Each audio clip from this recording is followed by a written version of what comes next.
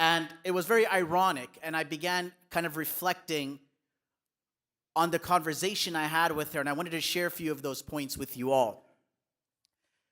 Sayyidina Isa alayhi salatu wassalam was one of the ulul azm, one of the greatest of prophets. And his impact and his effect is remarkable.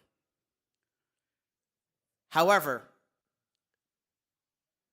a lot of times we think to ourselves that how can, if majority of the people are doing something, if the masses are of a certain opinion or perspective, they must be right.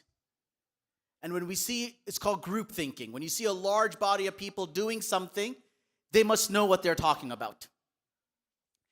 And then you reflect that, okay, one of the largest religions, about half the world is Christian.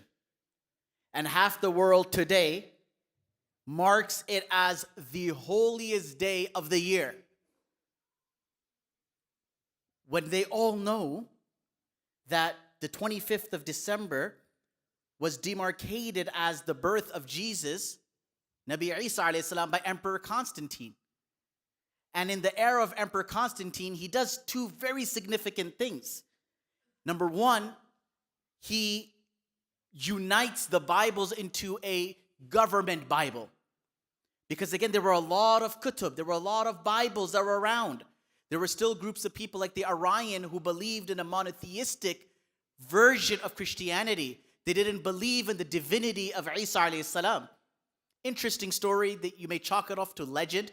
It's debated, but they say in the Council of Nicaea, when Constantine had all of the Bibles brought and you had to decide, and they had to decide inside there which Bible would be the actual Bible, there was an Arian priest there, and there was St. Nicholas. He went and he slapped him, and he went to jail. That St. Nicholas is, yes, Santa Claus.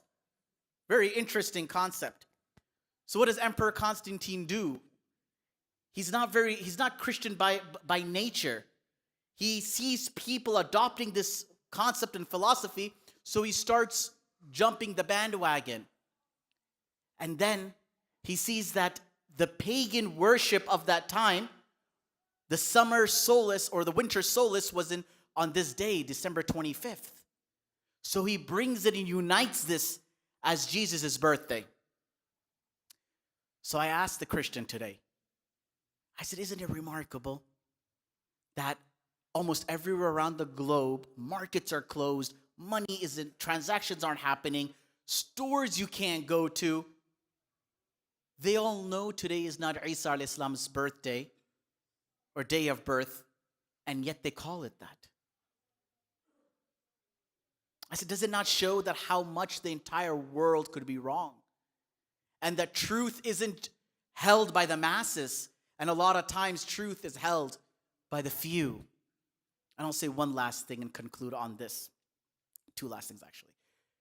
I once asked a Christian, and we live in the Bible Belt. So I know you guys, mashallah, have a lot of interfaith events and da'wah training that takes place. It's very important to go to it. You are a da'i. Your job is to bring Iman and Islam to the people that people like myself and Imam Kashif can't communicate with. Your co-workers, your neighbors, will never see them. Allah placed you there for a responsibility. I once asked a Christian, I said, what day do you go to church?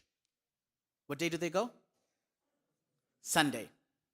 I said, did Jesus ever tell you to go to church on Sunday? He said, of course. I said, actually, Jesus said to observe the Sabbath, because that was what was in Judaism. Saturday. Sunday's actually not even mentioned in the whole Bible, besides the concept of the first day. Sunday's not even mentioned. Sun day.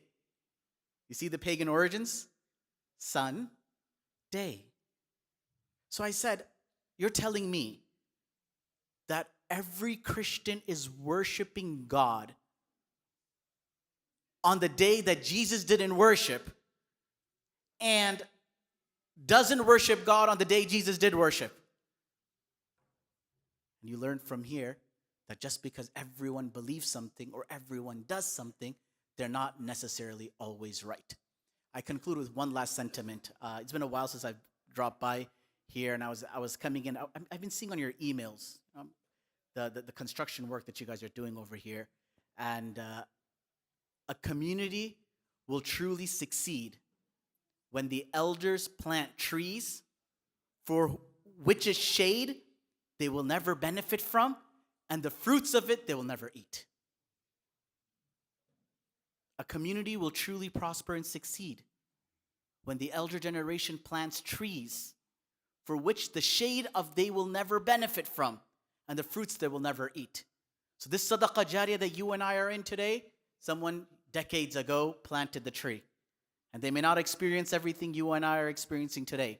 But I want to say, and I congratulate you all for all the work and the effort this community puts, from its Hifz program, from its basketball, from its youth work, under the leadership of my beloved Imam Kashif. We are very inspired by you all, and we do dua that Allah continues to grow you all, bless you all, and shower His guidance and rahmah on this